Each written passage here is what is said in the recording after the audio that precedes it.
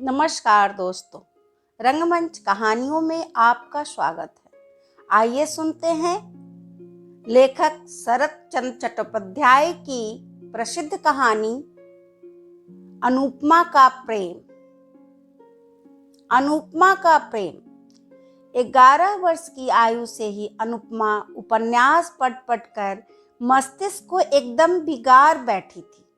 वह समझती थी मनुष्य के हृदय में जितना प्रेम, जितनी माधुरी, जितनी शोभा, जितना सौंदर्य, जितनी तृष्णा है, सब छानबीन कर, साफ कर उसने अपने मस्तिष्क के भीतर जमा कर रखी है। मनुष्य स्वभाव, मनुष्य चरित्र उसका नख दर्पण हो गया है। संसार में उसके लिए सीखने योग्य वस्तु कोई है ही नहीं। सब कुछ जान चुकी है, सब कुछ सीख चुकी है। अस्तित्व की ज्योति को वह जिस प्रकार देख सकती है, प्रणय की महिमा को वह जिस प्रकार समझ सकती है, संसार में और भी कोई उस जैसा समझदार नहीं है। अनुपमा इस बात पर किसी तरह भी विश्वास नहीं कर पाती। अनु ने सोचा वह एक माधुलीलता है जिसमें मंजरियां आ रही है। इस अवस्था में किसी शाखा की सहायता लिए बिना उसकी मंजरियां किसी भी तरफ प्रफुल्लित होकर विकसित नहीं हो सकती।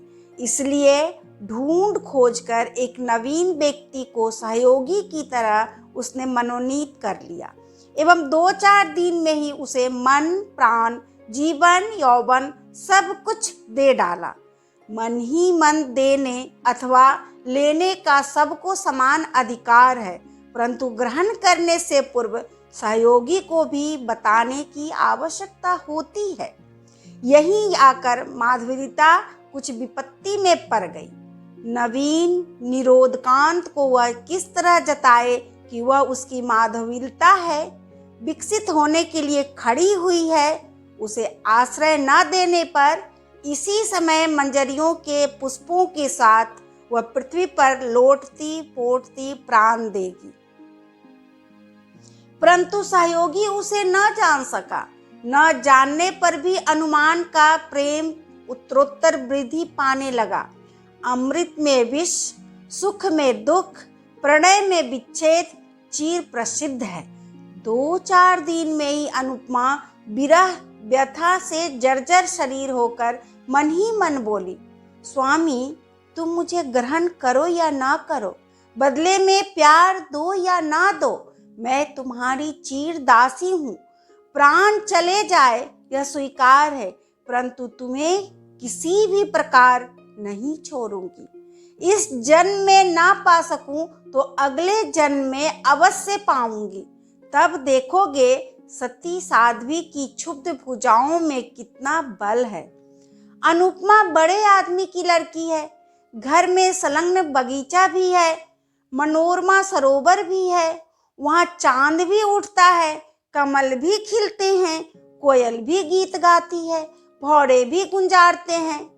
यहाँ पर वह घूमती फिरती विरह व्यथा का अनुभव करने लगी। सिर के बाल खोलकर अलंकार उतार फेंके, शरीर में धूली मलकर प्रेम योगिनी बनकर कभी सरोवर के जल में अपना मुंह देखने लगी, कभी आंखों से पानी बहाती हुई गुलाब के फूल को चूमने लगी, कभी आंचल बिछाकर वृक्ष के नीचे सोती हुई हाय की हुताशन और दीर्घ श्वास छोड़ने लगी। भोजन में रुचि नहीं रही, शयन की इच्छा नहीं, साज सज्जा से बड़ा वैराग्य हो गया। कहानी किस्सों की भांति विरक्ति हो आई। अनुपमा दिन प्रतिदिन सूखने लगी। देख सुनकर अनु की माता को मन ही मन चिंता होने लगी। एक ही तो लड़की है, उसे भी यह क्या हो गया? पूछने पर वह जो कहती उसे कोई भी समझ नहीं पाता। ओठों की बात ओठों पे रह जाती। अनु की माता फिर एक दिन जगबंधु बाबू से बोली, अजी एक बार ध्यान से नहीं देखोगे? तुम्हारी एक ही लड़की है, यह जैसे बिना इलाज के मरी जा रही है। जगबंधु बाबू चकित होकर बोले, क्या हुआ उसे? सो कुछ नहीं जानती। डॉक्टर आया था, देख सुन कर बोला बीमारी बीमारी कुछ नहीं है। तब ऐसी क्यों हुई जा रही है? जगबंधु बाबू विरक्त होते हुए बोले, फिर हम किस तरह जाने? तो मेरी लड़की मर ही जाए, यह तो बड़ी कठिन बात है। ज्वर नहीं, खांसी नहीं, बिना बात के ही मर जाए तो मैं किस तरह से बचाए रहूंगा? गृहिणी सूखे मुंह से बड़ी बहू के पास लौट कर बोली, बहू, मेरी अनु इस तरह से क्यों घूमती रहती है? किस तरह जानू माँ? तुमसे क्या कुछ भी नहीं कहती? कुछ नहीं। गृहिणी प्रायः रो पड़ी। तब क्या होगा? बिना खाए बिना सोए इस तरह सारे दिन बगीचे में कितने दिन घूमती फिरती रहेगी और कितने दिन बचेगी? तुम लोग उसे किसी भी तरह समझाओ, नहीं तो मैं बगीचे के तालाब में किसी दिन डूब मरूंगी। बड़ी बहू कुछ देर सोचकर चिंतित होती हुई बोली, देख सुनकर कहीं विवाह कर दो। गृहस्थी का बोझ पड़ने पर अपने आप सब ठीक हो जाएगा। ठीक बात है, तो आज ही यह बात मैं अपने पति को बताऊंगी। पति यह बात सुनकर थोड़ा हंसते हुए बोले, कलिकाल है, कर दो, ब्याह करके ही देखो, यदि ठीक हो जाए। दूसरे दिन घटक आया। अनुपमा बड़े आदमियों की लड़की है, उस पर सुंदरी भी है, वर के लिए चिंता नहीं करनी पड़ी। एक सप्ताह के भीतर घटक महाराज ने वर निश्चित करके जगबंधु बाबू को समाचार दिया। पति ने यह बात पत्नी को बताई, पत्नी ने बड़ी बहू को बताई, क्रमशः अनुपमा ने भी सुनी। एक दिन बाद एक दिन दोपहर के समय सब मिलकर अनुपमा के विवाह की बातें कर रहे थे। इसी समय वह खुले बाल, अस्त व्यस्त वस्त्र किए, एक सूखे गुलाब के फूल को हाथ में लिए चित्र की भांति आ खड़ी हुई। अनु की माता कन्या को देखकर तनिक हंसती हुई बोली, ब्याह हो जाने पर यह सब कहीं अन्यत्र चला जाएगा। एक लड़का लड़की होने पर तो कोई बात ही नहीं। अनुपमा चित्र लिखित की भांति सब बातें सुनने लगी। बहू ने फिर कहा, माँ, ननदानी के विवाह का दिन कब निश्चित हुआ है? दिन अभी कोई निश्चित नहीं हुआ। नंदोई जी क्या पढ़ रहे हैं? इस बार बीए की परीक्षा देंगे। तब तो बहुत अच्छा वर है। इसके बाद थोड़ा हंसकर मजाक करती हुई बोली, परंतु देखने में खूब अच्छा ना हुआ तो हमारी ननद जी को पसंद नहीं आएगा। क्यों पसंद नहीं आएगा? मेरा जमाई तो देखने में खूब अच्छा है। इस बार अनुपमा ने कुछ गर्दन घुमाई, थोड़ा सा हिलकर पांव के नख से मिट्टी खोदने की भांति लंगड़ाती लंगड़ाती बोली, विवाह मैं नहीं करूंगी। माँ ने अच्छी तरह ना सुन पाने के कारण पूछा, क्या है बेटी? बड़ी बहू ने अनुपमा की बात सुन ली थी, खूब जोर से हंसते हुए बोली, ननद जी कहती हैं वे कभी विवाह नहीं करेगी। विवाह नहीं करेगी? नहीं, ना करे। अनु की माता मुंह बनाकर कुछ हंसती हुई चली गई। गृहिणी के चले जाने पर बड़ी बहू बोली, तुम विवाह नहीं करोगी? अनुपमा पूर्वत गंभीर मुंह किए बोली, किसी प्रकार भी नहीं। क्यों? चाहे जिसे हाथ पकड़ा देने का नाम ही विवाह नहीं है। मन का मिलन न होने पर विवाह करना भूल है। बड़ी बहू चकित होकर अनुपमा के मुंह की ओर देखती हुई बोली, हाथ पकड़ा देना क्या बात होती है? पकड़ा नहीं देंगे तो क्या लड़कियां स्वयं ही देख सुनकर पसंद करने के बाद विवाह करेगी? अवश्य। तब तो तुम्हारे मत के अनुसार मेरा विवाह भी एक तरह की भूल हो गया। विवाह के पहले तो तुम्हारे भाई का नाम तक मैंने नहीं सुना था। सभी क्या तुम्हारी ही भांति है? बहू एक बार फिर हंसकर बोली, तब क्या तुम्हारे मन का कोई आदमी मिल गया है? अनुपमा बड़ी बहू के हास्य विदप से चिढ़कर अपने मुंह को चौगुना गंभीर करती हुई बोली, भाभी मजाक क्यों कर रही हो? यह क्या मजाक का समय है? क्यों, क्या हो गया? क्या हो गया? तो सुनो। अनुपमा को लगा उसके सामने ही उसके पति का वध किया जा रहा है। अचानक कतलू खां के किले में वध के मंच के सामने खड़े हुए बिमला और वीरेंद्र सिंह का दृश्य उसके मन में जाग उठा। अनुपमा ने सोचा, वे लोग जैसा कर सकते हैं वैसा क्या वह नहीं कर सकती? सती स्त्री संसार में किसका भय करती है? देखते देखते उसकी आंखें अनैसर्गिक प्रभा से धक धक करके जल उठी। देखते देखते उसने आंचल को कमर में लपेटकर कमरबंद बांध लिया। यह दृश्य देखकर बहू 3 हाथ पीछे हट गई।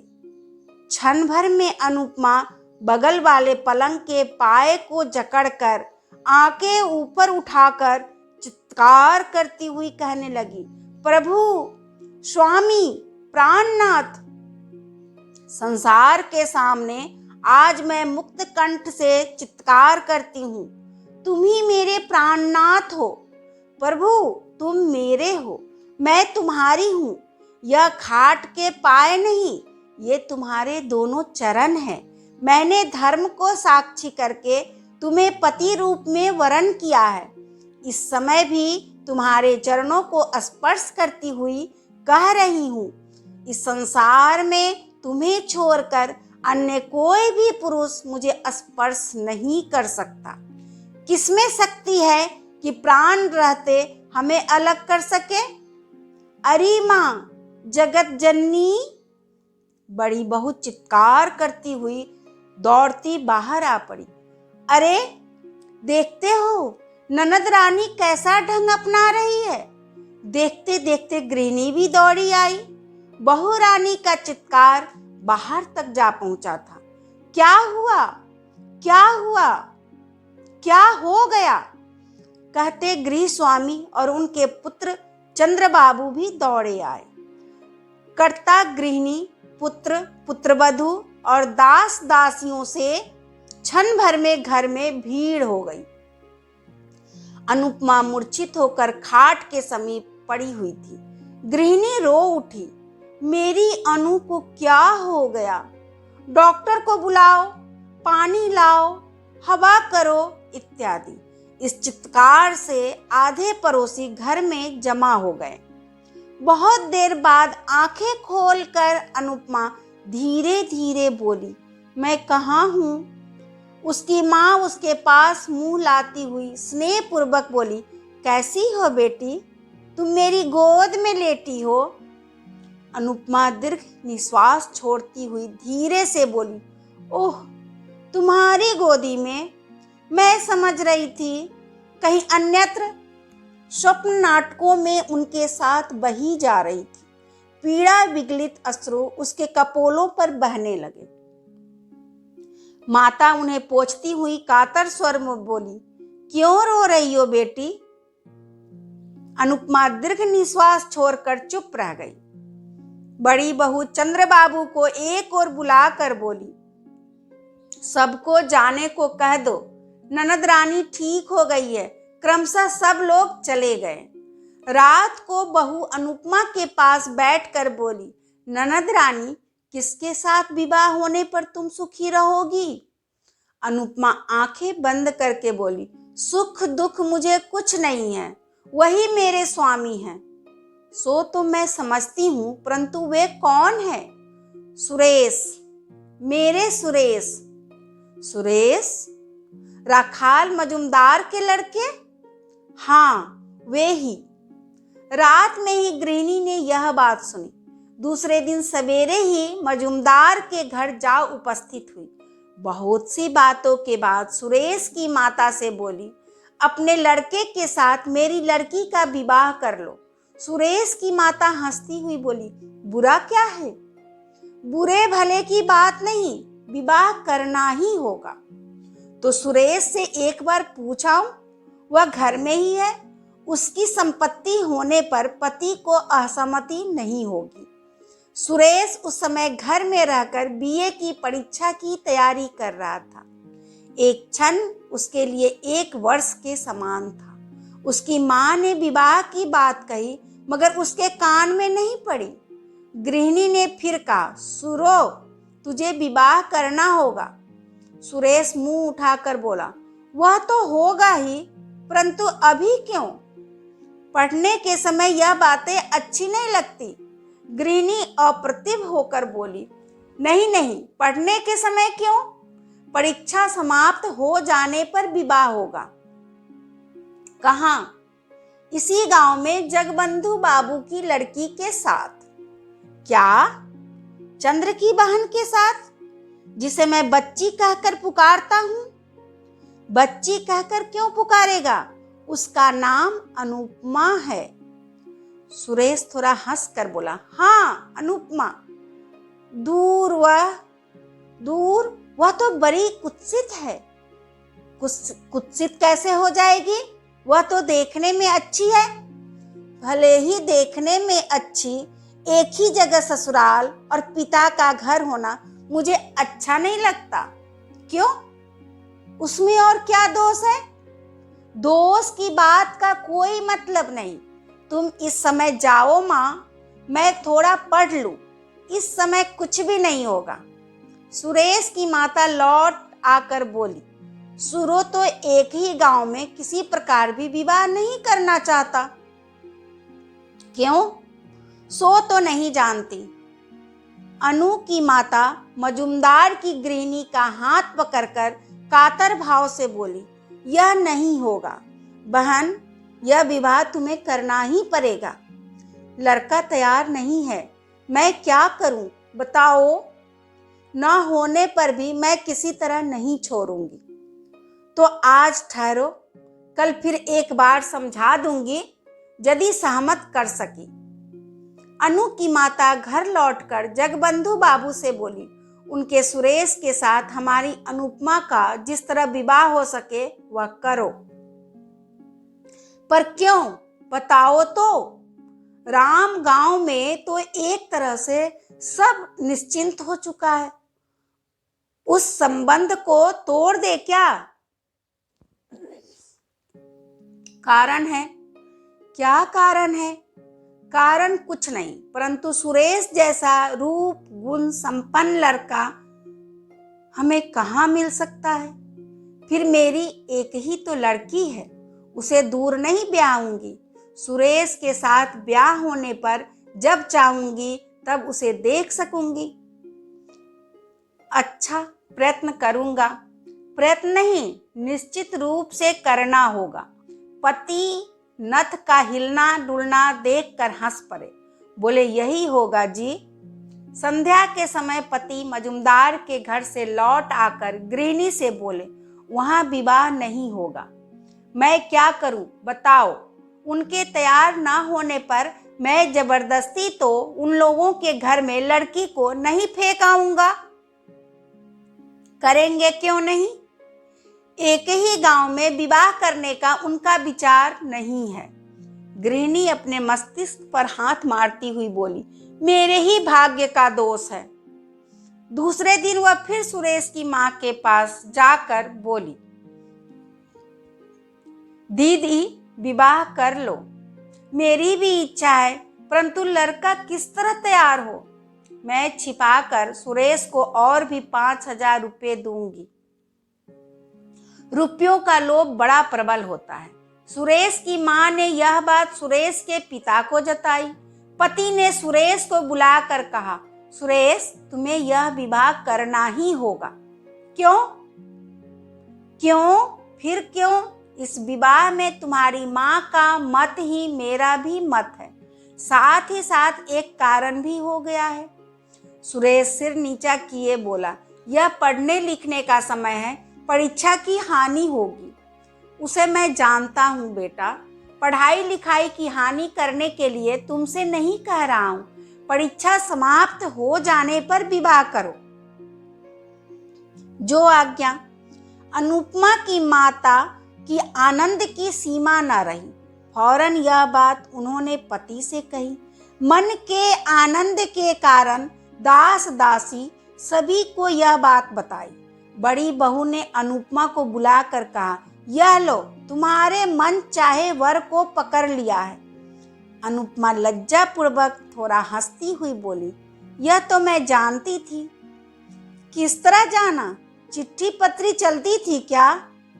प्रेम अंतर्यामी है, हमारी चिट्ठी पत्री हृदय में चला करती है। धन्य हो तुम जैसी लड़की। अनुपमा के चले जाने पर बड़ी बहू ने धीरे धीरे मानो अपने आप से कहा, देख सुनकर शरीर जलने लगता है। मैं 3 बच्चों की माँ हूं और यह आज मुझे प्रेम सिखाने आई है। अभी आप सुन रहे थे शरत चंद्र चट्टोपाध्याय की कहानी अनुपमा का प्रेम। कैसी लगी आपको ये कहानी? ये विचार मेरे कमेंट बॉक्स में लिखें तथा मेरे इस चैनल को लाइक करें, सब्सक्राइब करें और अपने साहित्य प्रेमी दोस्तों के साथ शेयर करें। धन्यवाद।